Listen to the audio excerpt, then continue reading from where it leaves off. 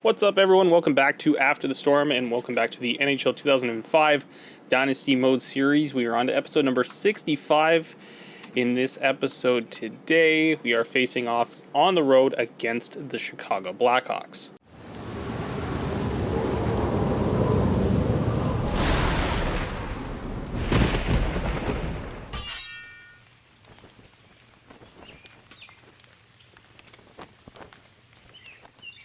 We've only played the Blackhawks one other time so far this season. It was a handful of episodes back, actually. We can go take a look at it here on the calendar. It was last month here after the Minnesota win. We played them 4-0 win. So we've beat them before. That's the only time we've played them so far this season. I thought we had played them actually prior to that. But it doesn't look like we actually did. Seemed like a team we'd played more than... I feel like I recall playing them more than before. So, yeah, it turns out we haven't. So this is I believe this is going to be our last matchup against them. I should have checked that. Oh, no, we have one more matchup against them later on in the month on March 22nd, and that will do it. So a 3-game season series against Chicago here. They're on the outside looking in for the playoffs. We'll get to that a little bit more in the game preview. So let's go ahead and preview the matchup here. We are second in the NHL, first in the conference, first in our division. Thankfully, leading the Western Conference, we are 1 point behind the Montreal Canadiens for first in the NHL. We are looking to get ourselves into that President's Trophy conversation and hopefully get ourselves,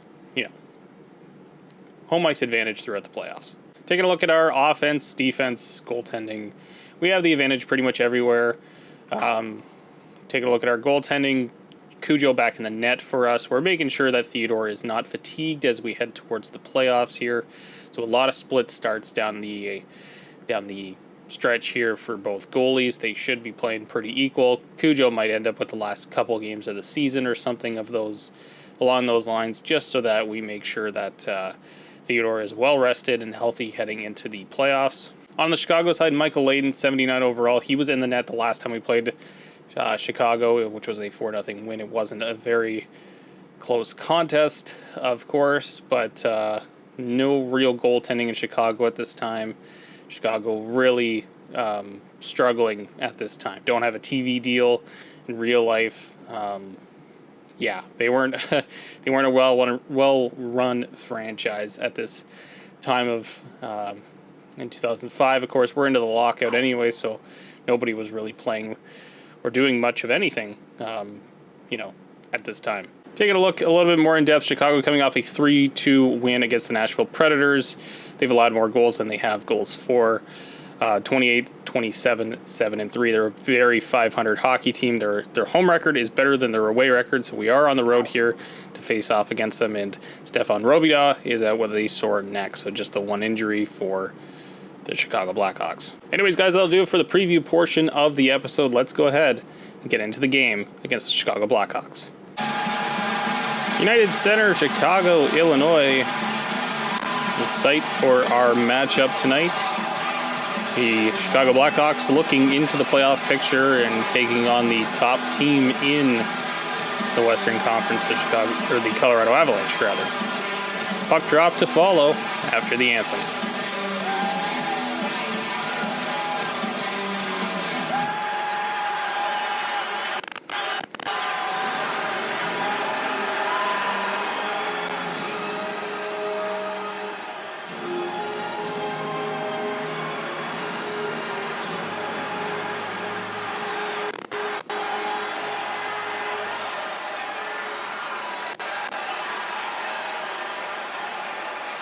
We are ready to drop the puck here in Chicago.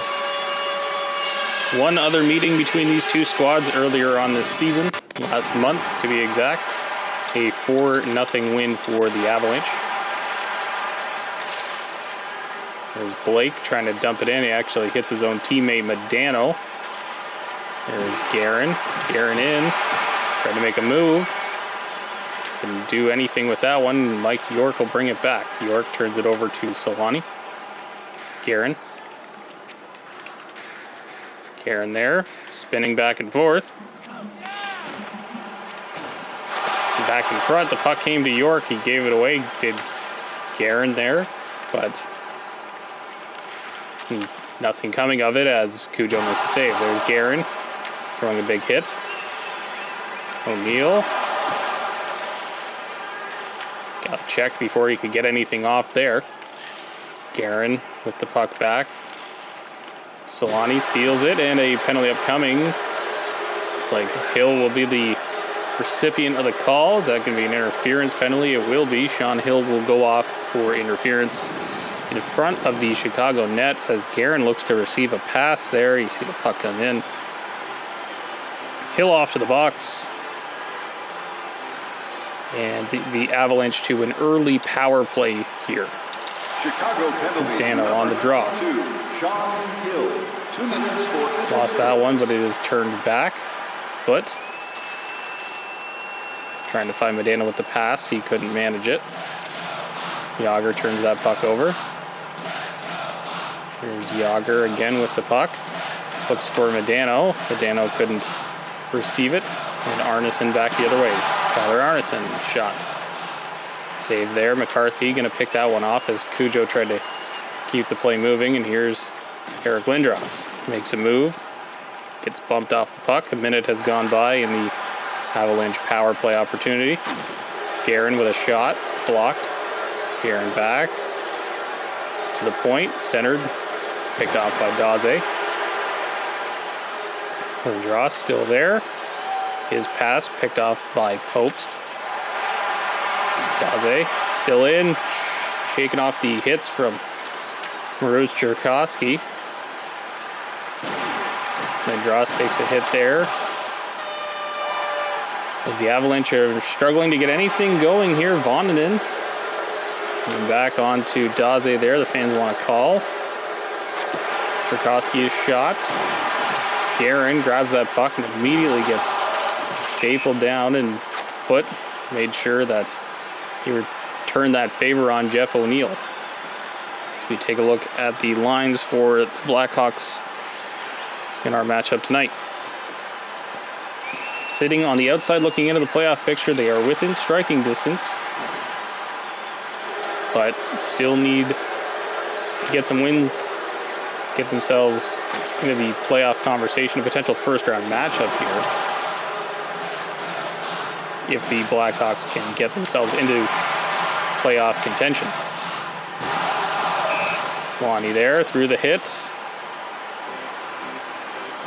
but it was offside. Still some line shuffling going on for this Avalanche squad as they try to formulate their lineup around all of the injuries. Forsberg, Sakic, Hayduk, and Bure all still out. Here comes Steve Stais. Stais got a shot away. Nikolitin actually with the rebound there. Nicholas finds Nickel. Scott Nickel. Shot on. Big save there. Nickel. Back the other way. Hendrickson there. Nicholas. Oh, and what a save by Curtis Joseph. As he dove across to make sure that one stayed out. Brigley back the other way. Brigley at the point. The puck is turned over. Vonnenin rips a shot, and Leighton corrals that one and will get a whistle.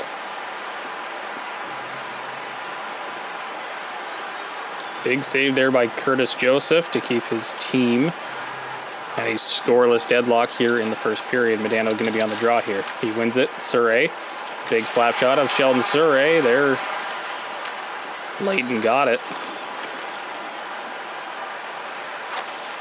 Surrey tried to dump it in, but it deflects off of the Blackhawks player, and Vorobiev brought it back. Back in front, McLean, a chance, second chance there. Vorobiev gets a shot away, and a nice glove save by Curtis Joseph, and he will hold. 3 shutouts on the year for Curtis Joseph, a nice .185 goals against average. As this tandem of Curtis Joseph and Jose Theodore has been excellent. Lindros back in front finds Cherkasky, and Leighton is there with the glove and will hold that one.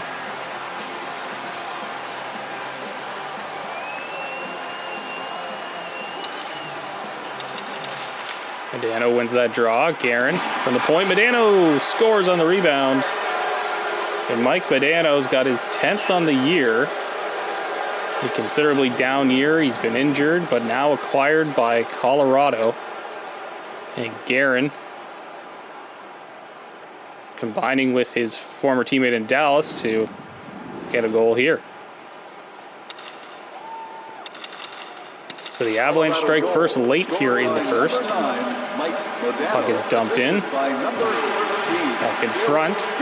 Guerin had a chance there, but he was dumped before he could get the shot away. That one offside at the Colorado blue line.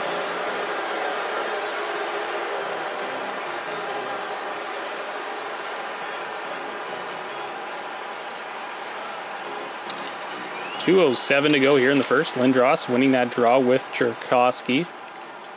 Here's Cherkowski back the other way. Can't get the shot away. Foot came up, had his shot blocked as well. There's Fleury. Fleury back there takes a big hit from Adam Foote. Yager rips a shot in from the point. As Lyles ripped that one, but time will expire. The end of the first period comes. Medano on the rebound, the difference maker so far. Shots 10-6 for the Avalanche in that opening frame. Medano's goal is the difference as we start the second period. Medano's going to win that draw. Blake going to dump it in. The Avalanche love going to this style of play when they get a lead.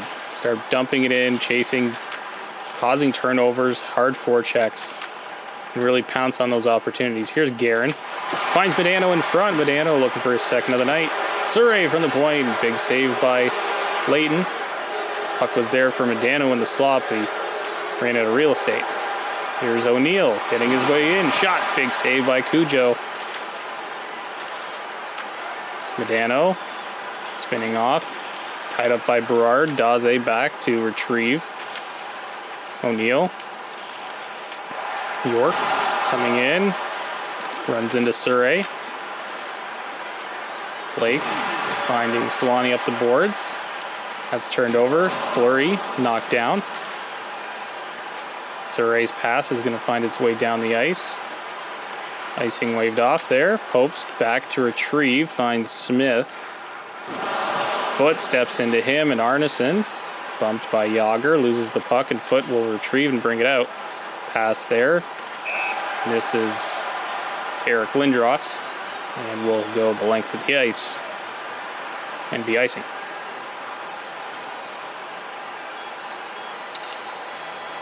Halfway through the second period.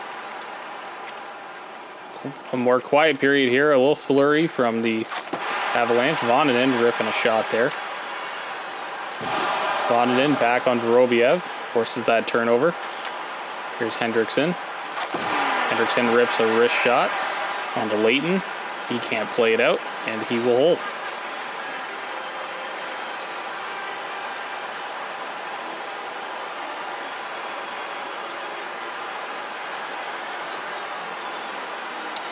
Lindros on the draw against York. Lindros wins it.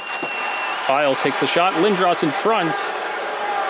Crashing the net for the rebounds are the Avalanche, and Lindros has his first goal in a handful of games. He's the only one in front. No Blackhawks defender in sight. It's 2-0 here in the second. Michael Layton, who's played an excellent game, has just not been able to get bailed out by his defenders. It's the draw. Foot will dump that one back in. It's this suffering style of play will really become more prevalent now with a 2-goal lead. Back in front, there's Yager. The puck. There's a nice pass by Cherkowski, and oh, what a glove save by Layton on a dangerous Jaromir Jagr in the slot. Trying to keep this game close, give his team a chance as Michael Layton. He is doing everything required of him so far. Medano on the draw. Wins it. Guerin there. Guerin turns, fires. Similar play to what got the Medano goal earlier in the game. Here's Arneson. Gets around, rips a shot. Good save by Joseph. He's been Hasn't had to do much work so far this period. Guerin nearly sidestepped the hit from Popes. Gets back on Popes, but here's the speedy Theo Fleury. He gets checked by Surrey. Back the other way. Guerin rips a wrister from the distance. Tied up was the Chicago forward turning it over. And Medano was in with a chance. Nice stick there by Rob Blake. He'll dump it in around the corner. Blake there. Lindros, the player back for the Avalanche. Arneson there, knocked over by John Michael Lyles. And Cherkowski's going to bring it back. He's had an excellent handful of games. He's coming up to this top line, or this second line rather. Back in front was Yager trying to center it. Daze with foot with a great poke check, but Daze gives him a nice shoulder check. Berard back in. Berard can't get the shot away. And Yager will just send this one down the ice. That'll do it for the second period. Lindros gets a goal to widen the lead 2-0 heading to the third for the Avs. Hurry before they're gone. A lopsided 12-1 shot count in that second period. The Avalanche have really taken this game over since and look to be in firm control as we are into this third stanza now. Wrigley dumping that one in. Back around the net. Nikolitin's going to get there first. Nikolitin takes a hit along the glass. Wiped out. McLean finding Vorobiev. Vorobiev, Radulov, there's a chance. Third line of the Blackhawks really has been their best line in this game. Hendrickson going to lift that one into the corner. There's McLean back. Finds Quint. Quint up to Vorobiev. Vorobiev there. He's knocked down on a back check from Steve Stais. Voninen dumps that one. Nikolitin there. Crowd wanting a call on Nikolitin for the hook. Won't get one. Vorobiev shot. Good blocker save from Curtis Joseph. Daze there. Back in front. Trying to work his way through. Got the shot away, but a good stop by Curtis Joseph. Hits there. Puck staying in. Daze back in front. O'Neill rather. Jeff O'Neill with a couple great chances in front. Oh, the puck. What a sequence of saves. Oh, what a giveaway. And Curtis Joseph having to be on his toes here in the third period. He makes a handful of 10-bell saves to keep his team with a 2-goal lead. What a play there from Curtis Joseph. And a bit of a mental lapse from the Avalanche there. Here's York finding Daze on the side. Daze back for Cross, looking for York in front. Back to Daze. That shot's blocked. Second chance. Fleury there. Looks like a save for Cujo again as he continues his stellar play here. Had to be called on here in the third period. He has answered. Calder, big hit as he enters the zone. Cherkowski trying to get away from Jason Smith. Cherkowski rips a shot and a penalty upcoming as Smith is going to go off for interference on Jaromir Jagr. Something to really kill the momentum that Chicago was building here in the third. A penalty there, and now the Avalanche have an opportunity to extend their 2-goal lead. 7 minutes to go in the third. In a heavily offensive-driven period for the Chicago Blackhawks. Pass there. Blake finding Solani. There, stops up, looks for an outlet. Will find one, scores. Solani ripped the shot, and it looks like Mike Medano tips it home. And the Avalanche take a 3-0 lead on the deflection from Mike Medano. Completely screened was Michael Layton. In a game where really he has been stellar. Just goes sideways. 6:40 to go in the third. 3-0 the lead. Korolev gets in there with a shot. Cujo's going to play it out. Miller all the way up to Riku Hall. There's Riku Hall. Finds Hamilton in the slot. Hamilton, who's been hot in the last few games. Had an opportunity there, couldn't get it past Michael Layton. That man, Curtis Joseph, has had exceptional third period, having to make incredible saves. Put from the point. Lindros gets the rebound. Back in front. Oh, he was looking for Yager on the back door, but puck deflects into Layton, and he will hold. So we take a look at John Michael Lyle's season, 16 points. Solid plus minus. Has been excellent at stripping attacking players of the puck. There's a chance up and over Layton there, but it's picked away by the Blackhawks defender.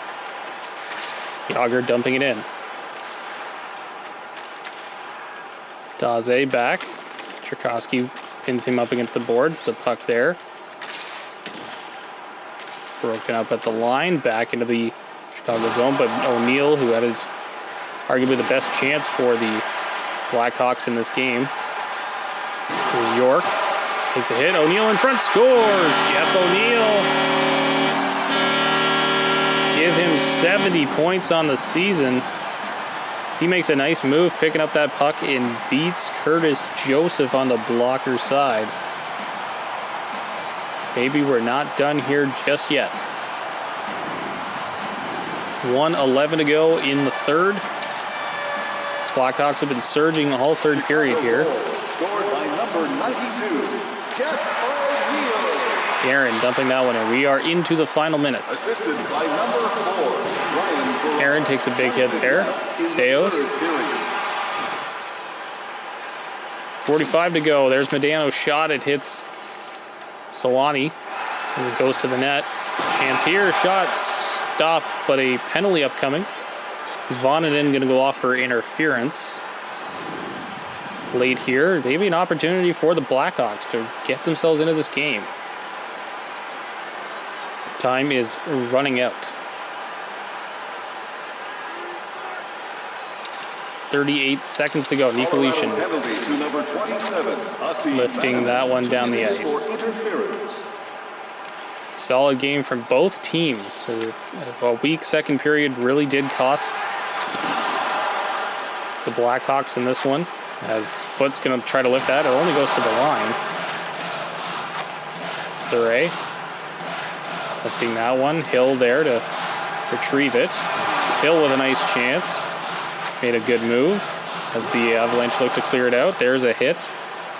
And that will do it for this one tonight. The Avalanche take it 3-1 on the road. A strong second period leads the way. And the Avalanche continue their march towards a President's Trophy and keep continuing against the Montreal Canadiens. As always, we will leave you with the 3 stars of tonight's matchup. We'll catch you on the next Avalanche broadcast. Tonight's second star for Colorado, number 31, Curtis Joseph. And tonight's first star, Colorado, number 9, Mike Modano.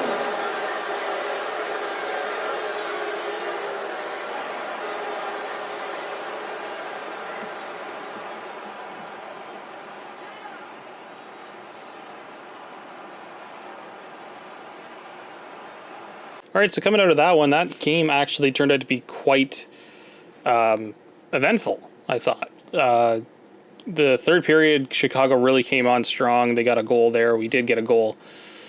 Modano tipping that one home really to, solidify our win here. But that was a very solid game. Cujo was really good in it.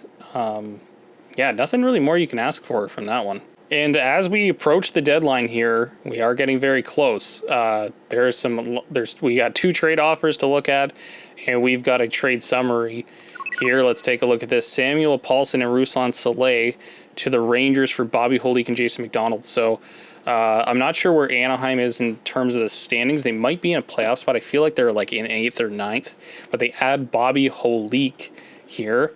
That's pretty big. And then the Columbus Blue Jackets trade LaChance, Walser, and Komarniski to the Montreal Canadiens for Sundstrom, Dagenet, and Gordy Dwyer. I don't really think there's anything there. That just seems like a pretty pedestrian swap. Maybe LaChance is pretty decent.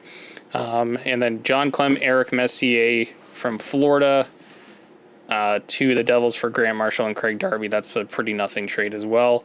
But it's nice to see that a lot of these trades are actually picking up as we approach the deadline here. Now let's go ahead and take a look at our first offer. Philadelphia, they came to us a handful of episodes back with like a Sean Burke for a John Michael Lyles trade that we didn't end up doing. I don't think we've made any trades with Philly in our season so far, but let's take a look at this deal. It's a competitive business, and I think we both agree that our teams could use a little tweaking. Personally, I've got some prospects coming up, but I need to get an impact player now. In return, I'm willing to make some sacrifices. If this offer strikes a chord, give me a call so that we can discuss it further. Marty Sanger. Jeremy Roenick for Sheldon Surrey. Again, okay, so I'm not going to subtract from what has been an excellent season for Sheldon Surrey here. That is not what I'd be even remotely interested in doing. He's got 38 points in 65 games. He's been excellent since he came over from Montreal earlier this season. And him and Blake have been just perfect. So this is a non-starter for me. We've already got too much, clogging up the middle anyways. So grabbing Roenick isn't really beneficial to us. Let's take a look at the Washington one now.